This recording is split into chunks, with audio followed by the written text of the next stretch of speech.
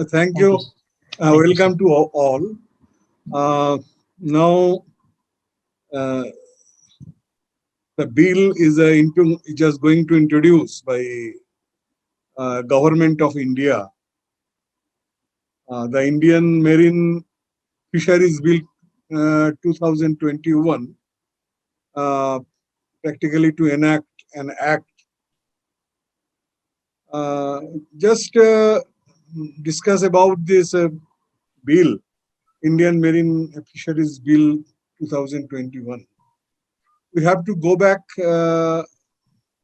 rather, we have to look the government of India in the month of December 2020, that is the 30th December 2020, National Fisheries Policy uh, 2026 draft for consideration. It is a 44 pages um, report, and they have placed before this notification, inviting the suggestion from different stakeholders. What is the main content of the fishing policy? That is main thing we have to look back also. That is the policy of blue economy. That is a blue economy means to explore the entire resources of the ocean uh, and foreign direct investment. Uh, because Indian Ocean have very richful, uh, very richest Indian coastal ocean in terms of the ocean uh, fisheries and others also. That there is a draft was prepared by that is called the blue economy, and a report also made by some agencies, government agencies. Government agencies means the economic advisor to the prime minister, and there are some government funding NGOs and other NGOs. They have also prepared the a draft blue economy, and it was published. I think so. Exact date I could not find of it. Probably in 2000. Yes, it is published in September 2020, and thereafter the National Fisheries Policy 2020 it is published in the month of December. The main um, mission, or the government told that that is a mission. That is the vision means in this draft mm, National Fisheries Policy, in paragraph 2, or I think article 2 of this draft, the that is preamble, a preamble of the draft. Based on the cardinal principles of the Constitution and adopting a people-centric and participatory approach, the National Fisheries Policy will aim at furthering equity and equality, ensuring sustainability, mainstreaming gender and enhancing its role, fostering inclusive development, promoting self-reliance and entrepreneurship, building partnership, maintaining integrational equality, following the principle of subsidiary, and charting a roadmap for the fisheries sector for the coming one decade. Actually, it is the government policy in the name of explore the blue economy.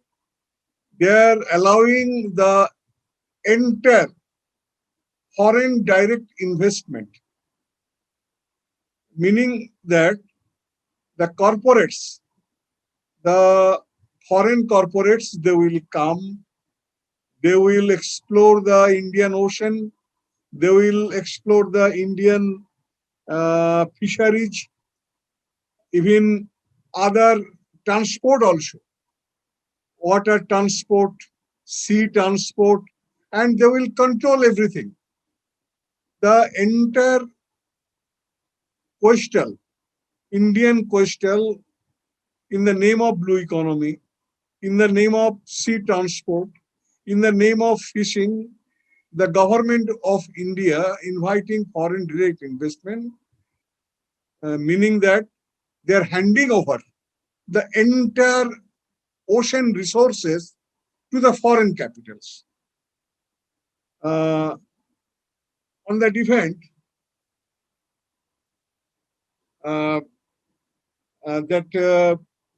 one virtual meeting held by Union of India, the Chief Minister of Andhra Pradesh, Mr. Jagan, he said, I am just submitting the brief notes of Honorable Chief Minister of Andhra Pradesh, Mr. Jagan. What he says, the draft of the first ever national fishing policy released Government of India in September 2020 in an example of the steps taken that direction. Now 95% of India's trading by volume and 70% by value is through maritime transport.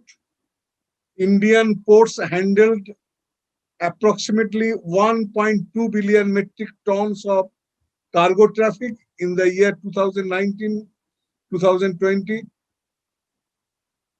and much required policy reforms like 100% FDI made in India, Sagarmala and Bharatmala have been introduced to ensure exponential growth with this sector. Basic question is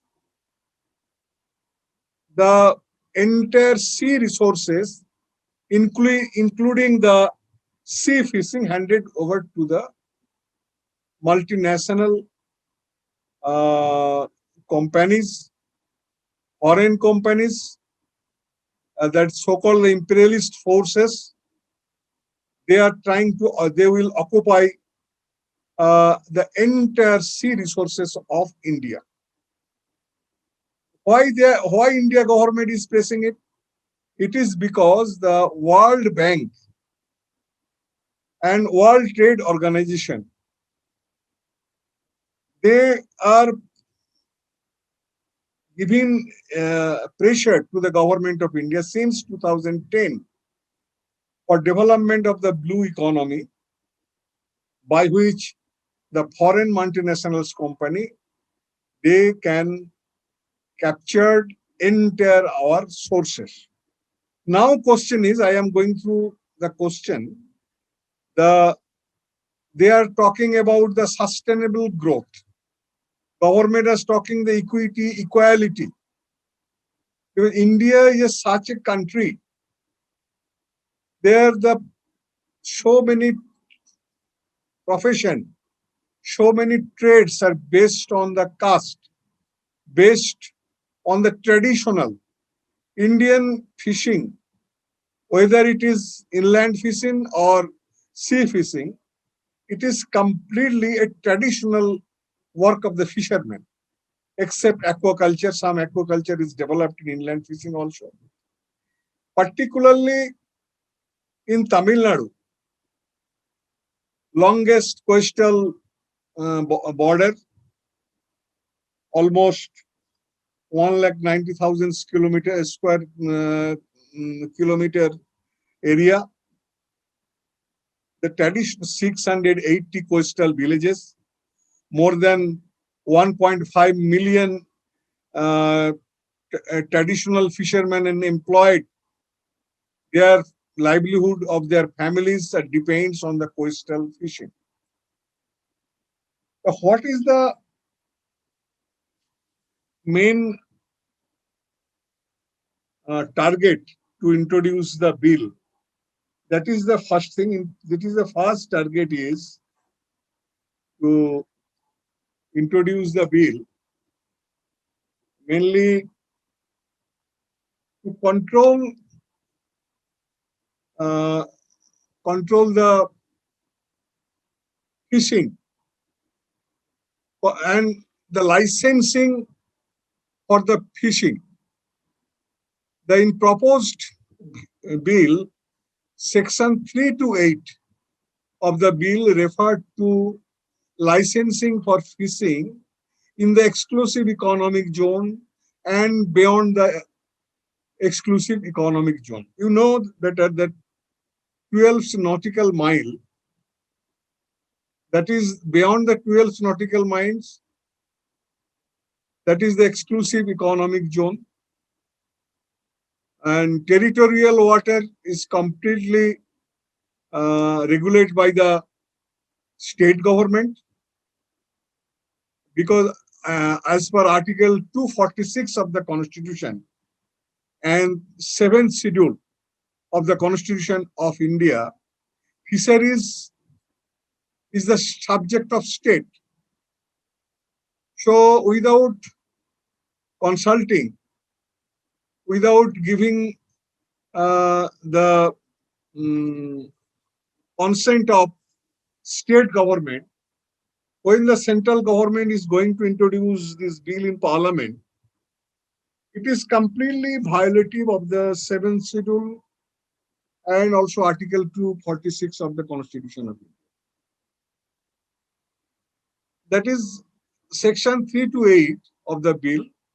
It is for referred for the licensing who will move towards the exclusive economic zone. Section 9 to 13 referred to monitoring, control and surveillance measure, illegal, unreported and unregulated fishing. Very interesting. If you go through the National Fisheries Policy 2020 and see the in this policy, that is Article 6 or Article 6.1, there is a marine fisheries. What is the proposed policy? The potential of the fisheries sector in general and the marine fisheries subsector in particular was recognized quite early in the Indian development planning. Apart from securing food and nutritional requirements of the population, marine fisheries also play an important role in trade and commerce, and in the process promote employment and livelihood of coastal communities. After the declaration of the exclusive economic zone in 1976, the sea areas available to India is estimated 2.02 million square kilometer, a self area of 0.372 million square kilometer. Sustaining marine fisheries, they have told about their proposed that is the proposed policy, fishing policy. They are always told that with the focus on ensuring sustainability, ecological, economic, social, and institutional, the most immediate requirements would be the rationalizations of fishing report. Main question is, that is a very jugglery of words, and they are projecting their policy a dream, that is the employment, economic sustainability, uh, ecological balances, so many things. But when they are introducing the bill, they are going to control entire fishing of traditional fishermen. How they are controlling everything? The licensing, they are giving giving the licensing, which is completely power of the state government for the territorial water. Even though there is no barrier to go the fishing to go beyond the territorial water also. That is beyond the 12 nautical miles. Question is the licensing. Second is they will uh, monitoring and they will surveillance. Every time in the question of licensing or any flimsy uh, blaming or any other thing, they can capture the vessel and they can restrain the vessel not to fishing. That is one part. Second part, entire blue economy means they will develop the um ocean tourism. They will invest huge capital foreign through the foreign direct investment. They will several thousands crores, several thousands crores they will invest in ocean, by which it will be entire fishing would be controlled by the multinational companies. And for that reason, the livelihood of the traditional fishermen, that would be violate, that will violate the Article 21. Article 21 is the question of the livelihood. Article 23 also. Article 23 is prohibition of traffic in human being and forced labor. And when they will invest a huge capital, that they will use the traditional fishermen as a bonded labor only. Not only that, they will also uh, traffic the human body also. So the question is, it is this bill and the motto of blue economy, introduce the blue economy in the name of national fisheries policy. It is completely violative Article 21 and Article 23 also. And also violative Article 46.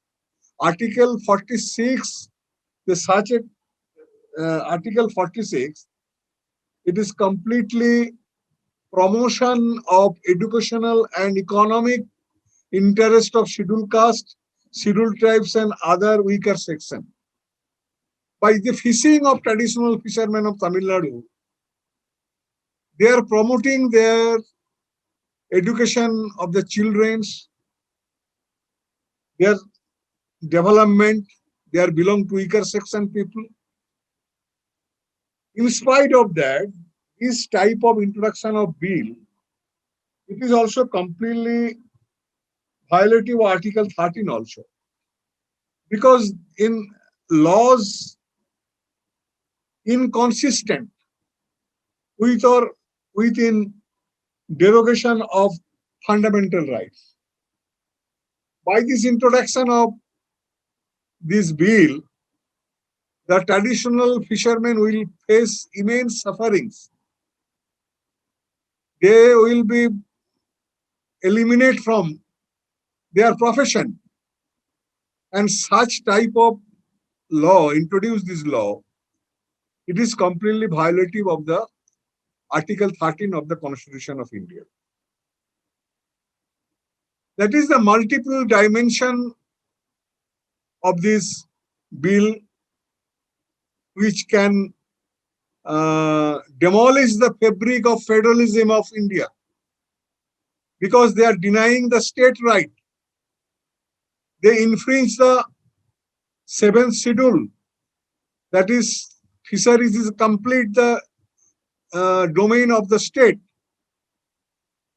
Even the entire bill which they are introducing before the parliament, it is also violative the constitution also. Now question is, it is one part. Main question is the entire economy, entire livelihood of the traditional fishermen. By this way, they will snatch The multinational companies, they will control everything. Not only that, economy. The entire traditional fishermen would become the labor, bonded labor of the multinational company for the fishing purpose. And they will also destroy the entire cultural uh, heritage of the traditional fishermen. Their traditional fishermen, they enjoyed their village panchayat system, exclusively independent panchayat system, a democratic system, entire our social structure, the democratic polity within the social structure, the particular in 608 coastal villages of Tamil Nadu. There is a panchayat culture, village culture, and also traditional culture, entire culture also. Their diversity of our country will going to jeopardize completely. So that this is a draconian bill. Draconian bill in that sense, by this, it is only one step. That is the first step to regulate the fishing, coastal fishing, by hands of multinational and help of government of India. Secondly, they are going to eliminate the population, coastal population of the fishermen also. The fishermen will become die. They will lose their livelihood. Not only that, our entire security of the country, because India is such a country, a maximum portion, there is the coastal area. And coastal area, if entire coastal area if go under control of multinational company, foreign companies, and the government instrument will be the only silent spectator. They would have nothing to do. They are talking about that the blue economy and such a bill they are introducing. They are checking the smuggling, so many things. But what is the experience of our country in question of the green revolution? That is agriculture economy. Till today, the entire land of the farmers are going to the hand of the multinational companies. The farmers are staying in the border of Delhi borders. How many days? They are struggling for repeal the farm laws. By these farm laws introduced by the government, entire land, the land is developed by the Indian farmer. In the name of green revolution, they develop, and a huge number of people are engaged in farming. They are going to lose their livelihood. At the same time, the World Trade Organization and World Bank, under the behest of foreign multinational company, they are encroaching our blue economy. One economy, ocean economy, blue economy, and other economy is the green economy. The entire economic, the India such a country depends on green economy and blue economy. A huge number of people, not only that, their culture, their livelihood, even their values, ethics, democratic rights, everything's they developed by their traditional fishing. They develop their own economy. They maintain their children's education, livelihood, everything. They are going to jeopardize. So that this draconian bill, even it is a very thankful to the Honorable Chief Minister of Tamil Nadu, Mr. Stalin. He asked the central government, Union of India, don't introduce the bill immediately. Rather, in other hand, Jagmohan is welcoming. Now question is, it is very much clear. There's different political parties who are working on behalf of the multinational company, and some political parties, they are also trying to sustain their own economy, sustain their peasantry, their farmers also. Now, the political forces is completely visible who are working for the foreign direct investment and multinational company.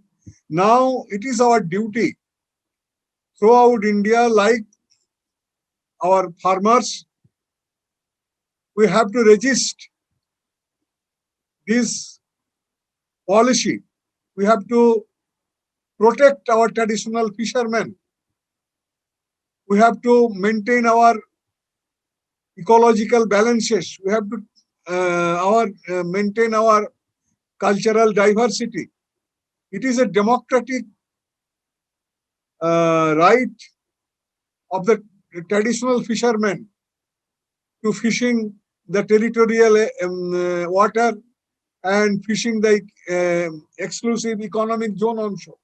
Now Tamil Nadu fishermen, they are collective way, cooperatives way, jointly, they promote the mechanical vessels. They are about cost 2 crores, 3 crores rupees. Now they are also, now till they are barred by some rules adopted by the Tamil Nadu government, and not to catch the fish purses and net. There is a big issue. Some organization, they have already moved an application before the Honorable Supreme Court in question of use the purses and net, and thereafter Honorable Supreme Court asked them to move this application before the Honorable Madras High Court. That's I know that this petition is pending till today. Now question is, the traditional fishermen for a long time, they are struggling.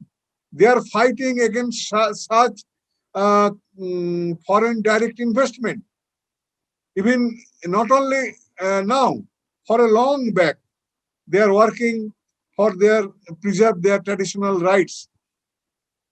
Now it is our duty of the civil society. It is a duty of the citizens of India to stand behind the traditional fishermen, by which they can preserve, they can maintain their traditional fishing right, not only in territorial water, even they can get access to the exclusive economic zone also. Thank you. We can create even casteless society only by becoming rulers of India.